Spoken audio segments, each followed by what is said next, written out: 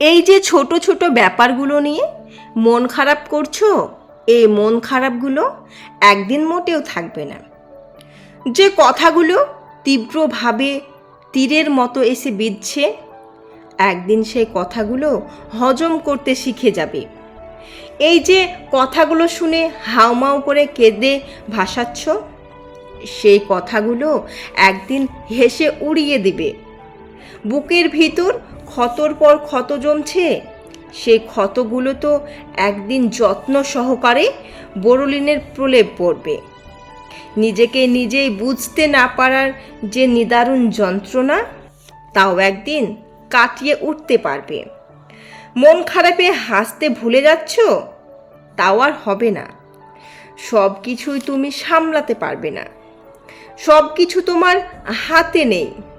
জীবনে অনেক অনেক খারাপ সিচুয়েশন আসবে, যাবে, ভেঙে টুকরো টুকরো হবে, আবার জোড়া লাগবে।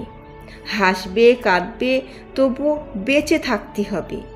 তবুও বেঁচে থাকো।